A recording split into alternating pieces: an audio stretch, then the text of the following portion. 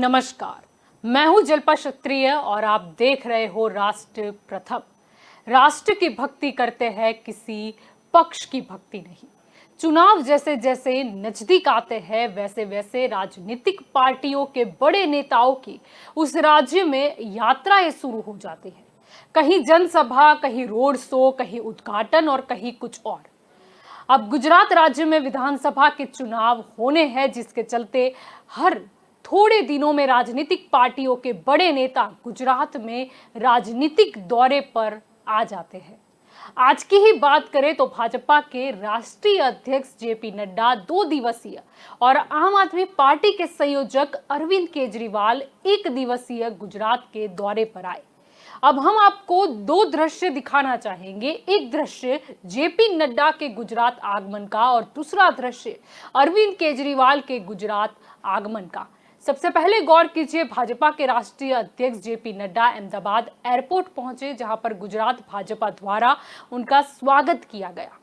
तो दूसरी ओर केजरीवाल वडोदरा पहुंचे तो गुजरात आप द्वारा उनका स्वागत तो किया गया, लेकिन वहां मौजूद लोगों ने मोदी मोदी के नारे लगाए और फिर केजरीवाल के नारे भी सुनाई दिए। इस घटना का एक वीडियो भी सामने आया है, करते हैं नजर।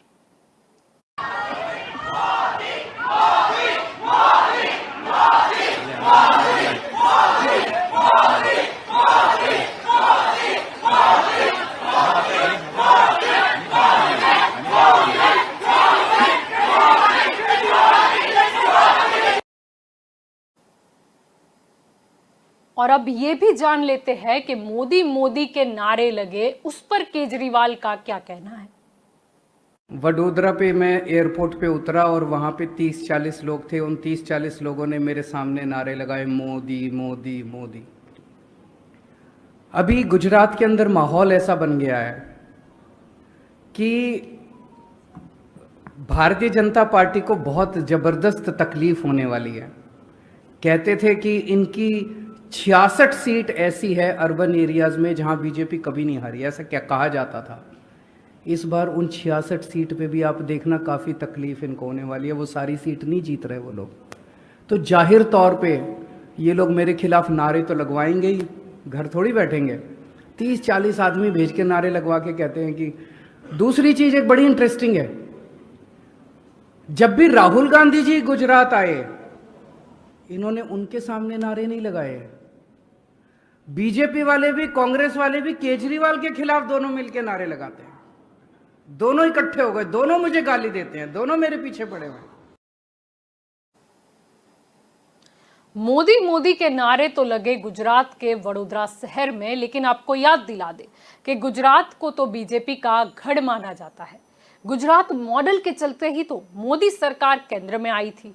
आज प्रधानमंत्री नरेंद्र मोदी ने वीडियो कॉन्फ्रेंसिंग के जरिए बीजेपी के मेयरों की सभा को संबोधित किया और बताया कि क्यों उनके गवर्नेंस मॉडल दूसरों से अलग है।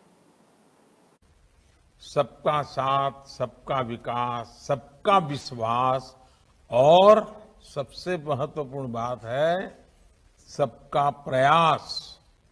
ये जो वैचारिक परिपाटी भाजपा ने अपनाई है, वही हमारे शासन के, गवर्नेंस के मॉडल के, डेवलपमेंट के मॉडल के, हमारे शहरी विकास में भी वो झलकती है।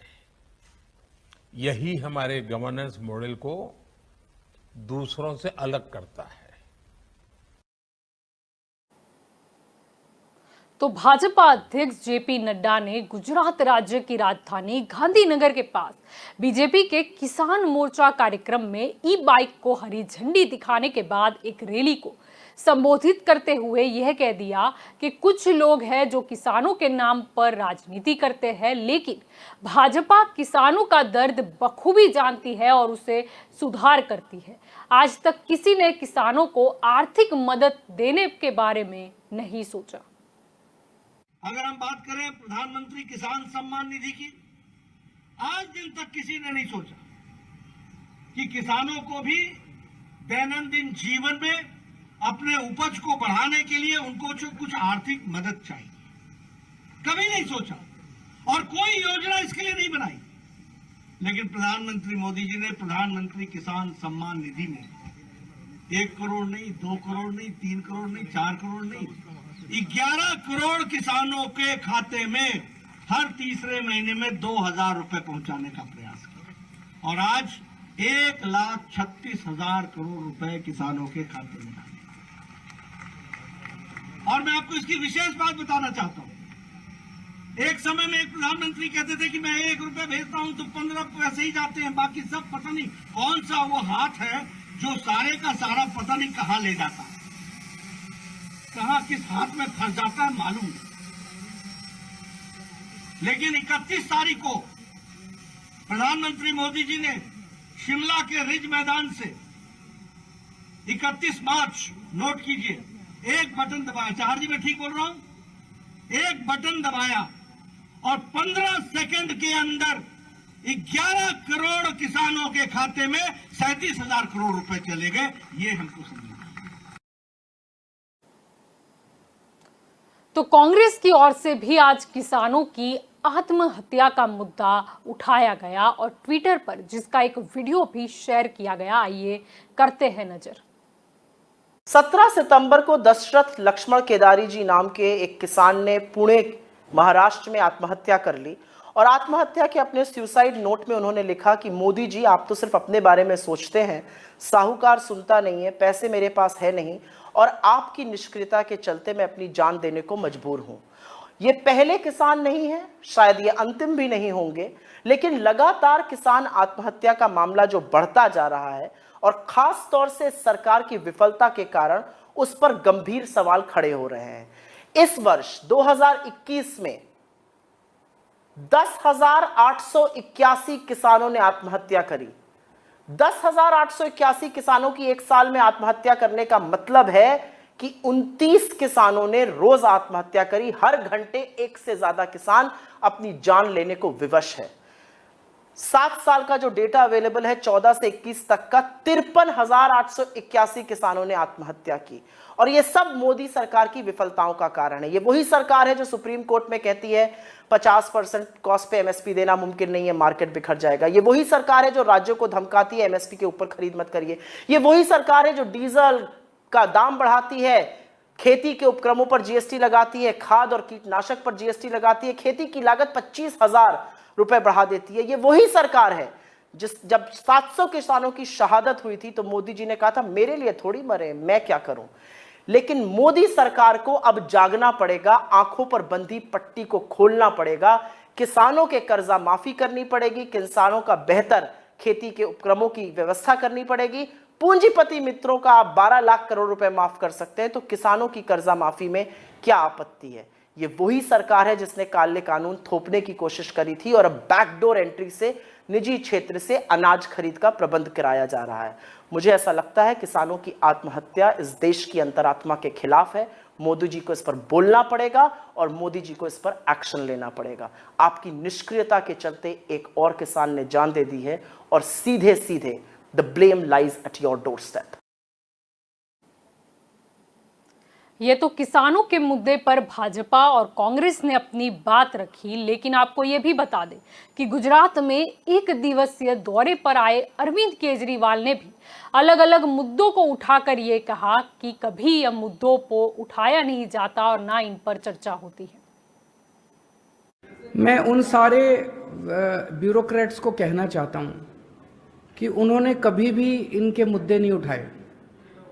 उन्होंने कभी भी गुजरात में जो इतना भ्रष्टाचार हो रहा है उसका मुद्दा नहीं उठाया। जो लोग प्रदर्शन कर रहे हैं कभी भी उनके मुद्दे नहीं उठाए। जितने सरकारी कर्मचारी प्रदर्शन करके ओल्ड पेंशन स्कीम मांग रहे हैं, मैं इन सभी ब्यूरोक्रेट्स को कहूँगा कि एक बार लिखें कि वो ओल्ड पेंशन स्कीम लागू की जाए। जितने ये forest guard, ex army officer, NHM, health workers, ये भी इस देश के नागरिक हैं। इनको भी अपना जनतांत्रिक अधिकार है अपना वोट वो करने का। अगर ये दुखी हैं और ये सरकार में बदलाव चाहते हैं तो क्यों नहीं होना चाहिए। आज जेपी नड्डा ने यह भी कहा कि प्रधानमंत्री नरेंद्र मोदी ने पीएम गरीब कल्याण अन्न योजना चलाकर 80 करोड़ जनता को 5 किलो गेहूं, 5 किलो चावल और दाल देकर गरीब जनता को मजबूत करने का काम किया है। कोई भूखा न सोए, इस बात की चिंता करने का काम किया है। शताब्दी पहले जब त्रासदी आई थी तो बीमारी से ज्यादा लोग भूखमरी से मर गए थे, बीमारी से ज्यादा भूखमरी से मर गए। लेकिन प्रधानमंत्री मोदी जी ने प्रधानमंत्री गरीब कल्याण अन्न योजना चलाकर 80 करोड़ की जनता को 5 किलो गेहूं या 5 किलो चावल और दाल देकर अपनी गरीब जनता, अपने साथी लोग सबको उन्होंने मजबूत करने का प्रयास किया। और इस माध्यम से, इस गरीब कल्याण अन्न योजना के माध्यम से देश को बीमारी से भी लड़ने का ताकत दी और साथ ही साथ हमारे यहां कोई भूखा न सोए, इसकी चिंता की। इस बात को हमको याद रखना चाहिए। और आज दिन तक वो प्रधानमंत्री गरीब कल्याण अन्न योजना की स्कीम चल रही है। तो दूसरी ओर कांग्रेस ने महंगाई पर चिंता जताते हुए ट्विटर पर एक ट्वीट किया है कि क्या से क्या हो गया देखते देखते। 2014 आमदनी ज्यादा महंगाई कम और 2022 आमदनी कम महंगाई ज्यादा, और साथ में एक वीडियो भी शेयर कर दिया।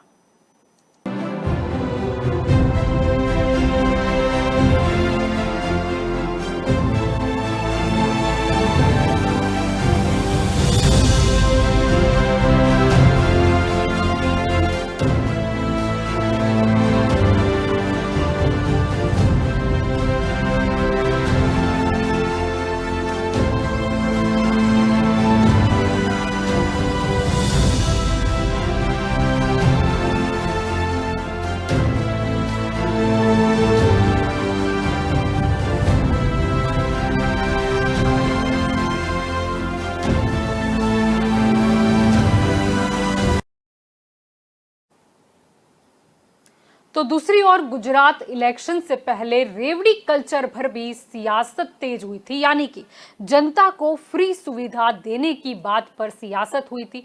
कहीं ना कहीं वह मुद्दा आज भी चर्चा में है। आज भी केजरीवाल ने कहा कि अगर कोई कहता है कि फ्री की सुविधा नहीं मिलनी चाहिए तो उस आदमी की नीयत में खोट है। ये लोग कहते हैं कि गुजरात के लोगों को फ्री नहीं मिलना चाहिए। ये इसलिए कह रहे हैं क्योंकि उनको ये लग रहा है कि ये जो सारा लूट के पैसा स्विस बैंकों में ले जाते हैं, ये सारा लूट के पैसा अपने घर भरते हैं। अगर ईमानदार राजनीति हो गई, अगर जनता को फ्री सुविधाएं मिलने लग गई तो इनके लूटने के लिए पैसा नहीं बचेगा। अभी तक इस देश में लूट की राजनीति चल रही थी। जितनी सरकारें थी, जितने नेता थे, ये मोस्टली जो हैं वो लूटते थे, सरकारों को लूटते थे ये लोग, और सारा पैसा स्विस बैंकों में ले जाते थे, सारा लूट रहे। पहली बार इस देश के अंदर, पहली बार आम आदमी पार्टी ने ईमानदार राजनीति की शुरुआत की है। हम ईमानदारी से काम करते हैं, पैसा बचाते हैं, भ्रष्टाचार रोकते हैं, रिश्वत नहीं लेते, उससे सरकार में खूब पैसा बचता है। उससे हम जनता को फ्री बिजली देते हैं, फ्री शिक्षा देते हैं, फ्री अस्पताल देते हैं, फ्री दवाइयाँ देते हैं। अब ये लोग इसका विरोध इसलिए कर रहे हैं कि अगर इनको फ्री देना पड़ गया तो इनका लूटने का पैसा हो जाएगा। तो एक चीज गांठ बांध लो, जो आदमी कहे कि फ्री सुविधाएं नहीं मिलनी चाहिए, समझ लेना उस आदमी की नीयत में खोट है। एक और आज केजरीवाल ने गुजरात में नीयत में खोट, भ्रष्टाचार का मुद्दा उठाया, तो दूसरी ओर आज गुजरात में जेपी नड्डा ने ट्रांसपेरेंसी के बारे में भी बात कही कि हमें प्रोएक्टिव रहना है, हमें प्रो रिस्पॉन्सिबल रहना है, हमें प्रो रिस्पॉन्सिव रहना है और हमें ट्रांसपेरेंट रहना है। मित्रों, ये हमारी बहुत बड़ी जिम्मेवारी है। हम चुन करके आए हैं, हमको ट्रांसपेरेंसी प्रशासन में लानी है और उसके लिए टेक्नोलॉजी का उपयोग करना है। हमारी सारी चीजें टेक्नोलॉजिकल बेस्ड होनी चाहिए, टेक्नोलॉजिकल तरीके से ट्रांसपेरेंसी आनी चाहिए।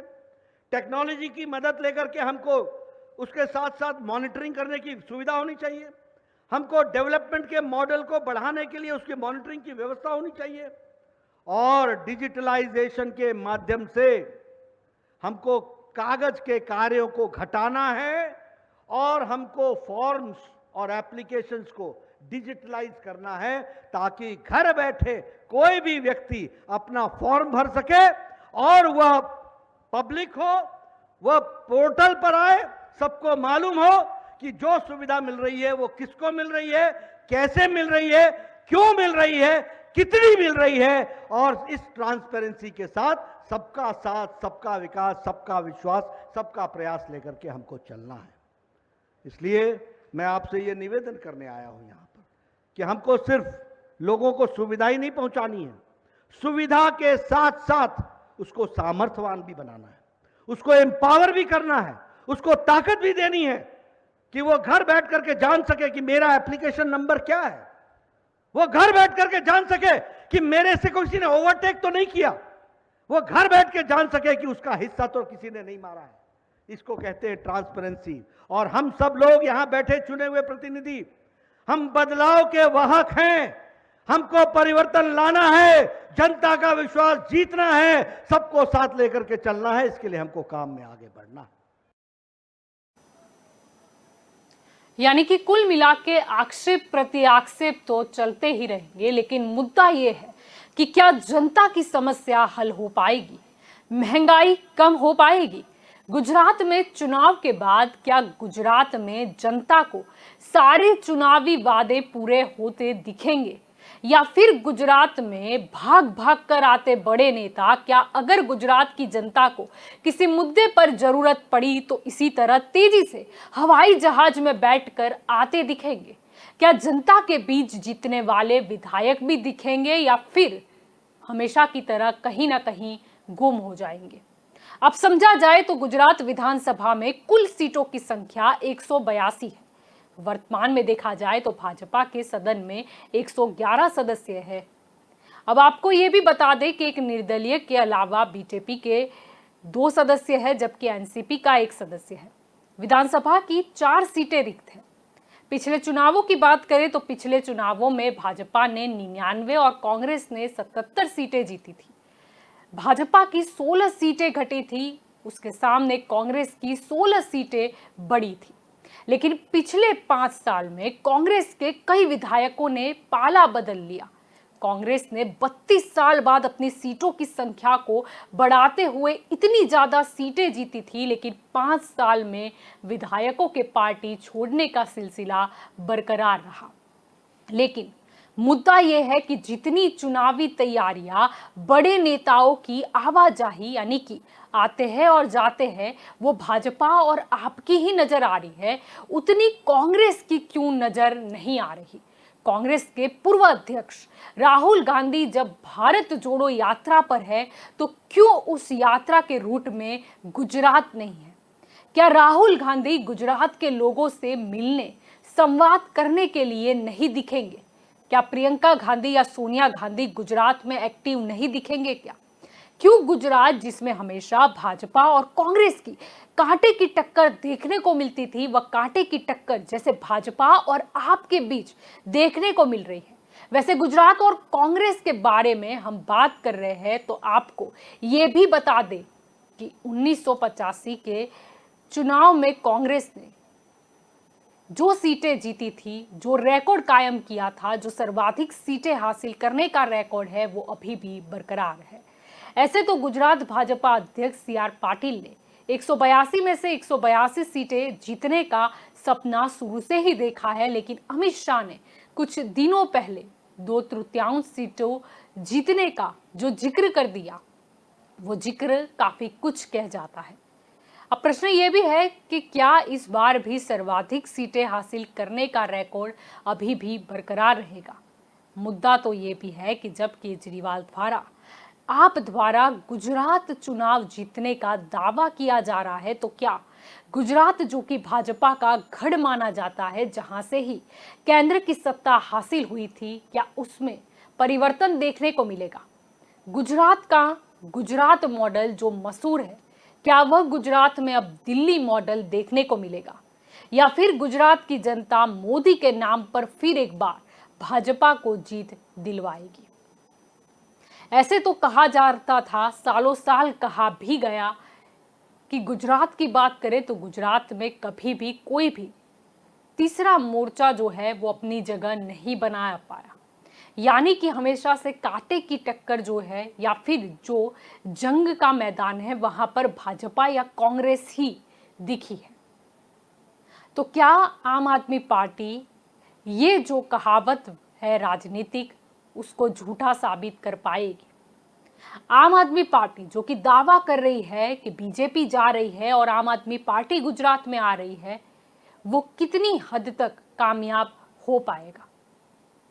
सामने भाजपा की बात करें तो भाजपा के लिए भी तो ये नाक का सवाल है कि उसको गुजरात राज्य को बचाना है, क्योंकि गुजरात मॉडल के चलते पूरे देश में सत्ता हासिल करने में भाजपा कामयाब हुई, तो अब उन्हें कायम भी तो रखना है गुजरात मॉडल को। प्रश्न यहाँ पर यह भी है, अगर हम कांग्रेस की बात करें तो पिछले चुनावों को याद कर ले 2017, जहां पर कहीं ना कहीं कांग्रेस का जो ग्राफ था वो ऊपर की ओर जा रहा था, यानी कि जनता के मत कांग्रेस को मिल रहे थे। भाजपा की बात करें उसकी सीटें तो कम हुई थी, लेकिन सामने कांग्रेस की बड़ी थी। तो फिर क्यों कांग्रेस उतनी एक्टिव गुजरात के इलेक्शन में नजर नहीं आ रही है? या फिर क्यों ऐसा माहौल दिखाई दे रहा है कि बस जैसे युद्ध भाजपा और आम आदमी पार्टी के बीच में है? कांग्रेस की अगर बात करें, भारत जोड़ो अभियान बहुत ही अच्छे विचारों के साथ शुरू किया हुआ अभियान, लेकिन फिर भी है तो राजनीतिक पार्टी द्वारा ही, तो फिर क्यों गुजरात को इससे बाकाद रखा गया? भारत जोड़ो यात्रा का क्या कोई लाभ कांग्रेस को गुजरात के इलेक्शन में हो पाएगा? मुद्दा यहां पर दूसरा ये भी है कि आम आदमी पार्टी जो एक बार शायद गुजरात में जीते या ना जीते, लेकिन कुछ सीटें पाकर भी घर कर गई, तो फिर क्या होगा? भाजपा के लिए सिचुएशन ऐसी तो नहीं होगी कि कांग्रेस मुक्त का जो सपना भाजपा देख रही है उसमें कहीं ना कहीं फायदा आम आदमी पार्टी को हो जाए और फिर आम आदमी पार्टी की जो स्ट्रेटेजी के साथ वो आगे बढ़ रही है वही भाजपा के लिए सिरदर्द हो जाए। क्योंकि 2024 का भी अगर हम जिक्र कर ले तो बहुत ही अहम होगा। उससे पहले आने वाले सभी विधानसभा चुनाव में हर पार्टी का एक दमदार परफॉर्मेंस शब्द इसीलिए यहाँ पर कहा जा रहा है क्योंकि जनता भी तो देखती है कि किसकी सत्ता किस राज्य में है, वहाँ पर लोगों का क्या मानना है। और सामने रिपोर्ट कार्ड की अगर हम बात कर ले, ऐसे तो हर पार्टी बोलती है कि हम जो टिकट है वो देते हैं तो एक रिकॉर्ड पर देते हैं, हम कहीं ना कहीं एक रिपोर्ट को एनालिसिस करके बनाते हैं, लेकिन क्या सच में ये होता है सही? अब जैसे ही चुनाव की घोषणा होगी, कहीं ना कहीं हर पार्टी की ओर से एक लिस्ट बाहर निकलेगी कि किसे टिकट मिल रही है, किसे नहीं मिल रही। फिर शायद कहीं पर नाराजगी पर हुई हो, कहीं पर खुशी भी हो। और कई बार तो हमने ये भी देखा है कि टिकट न मिलने की वजह से नाराज नेता जो है वो कहीं ना कहीं अपने ही दल को हराने के लिए जुट जाता है। वैसे भाजपा की बात करें तो यहाँ पर बात तो वो रणनीति की भी करनी पड़ेगी जो भाजपा ने अपनाई। भाजपा को लगा कि शायद कोरोना काल के बाद कहीं ना कहीं सरकार के खिलाफ थोड़ी बहुत नाराजगी है, अगर जनता परिवर्तन ले आई तो क्या होगा, इससे बेहतर है कि हम खुद ही क्यों ना परिवर्तन कर ले। जो हमने देखा कि गुजरात में नया मंत्रिमंडल आया, नए मुख्यमंत्री भी मिले, लेकिन जनता की नाराजगी क्या कम हो पाई है? या फिर जनता ज़्यादा समझदार है, जो शायद चुनाव के रिजल्ट में ही पता चलेगा। अब देखना यही रहेगा कि 2024 में आखिरकार गुजरात की जनता किसे चुनती है, कि फिर एक बार क्या मोदी का नाम काफ़ी होगा, मोदी लहर काफ़ी होगी। आज जो देखने को भी मिला कि बड़ोदरा में केजरीवाल के आने पर कुछ लोगों ने मोदी मोदी के नारे लगाए।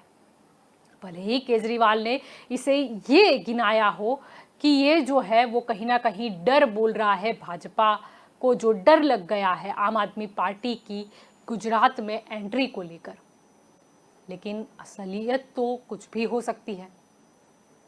और कांग्रेस की बात करें तो कांग्रेस के लिए तो सत्ता से ज़्यादा अब विपक्ष का जो पद है वो बचाने की जिम्मेवारी है। अब देखते हैं कि आगे क्या होता है। वैसे तो इलेक्शन है, जैसे हमने शुरू में बात की कि बड़े नेताओं की आवाजाही है वो यहाँ पर दिखाई देगी, लेकिन महत्वपूर्ण है कि चुनाव के बाद भी वो नेता यहाँ पर आए, देखे कि उन्होंने जो वादे किए थे वो वादे पूरे हो रहे हैं या नहीं हो रहे हैं, या फिर जनता को कोई कहीं पर भी अगर वो नेता की ज़रूरत है तो वो उसी स्पीड में आए जितनी स्पीड में वो चुनाव के प्रचार में आ रहे हैं। तो ये हमारी स्पेशल रिपोर्ट थी गुजरात के ऊपर। ज़्यादा जानकारी के लिए आप जुड़े रहे राष्ट्र प्रथम के साथ। नमस्कार।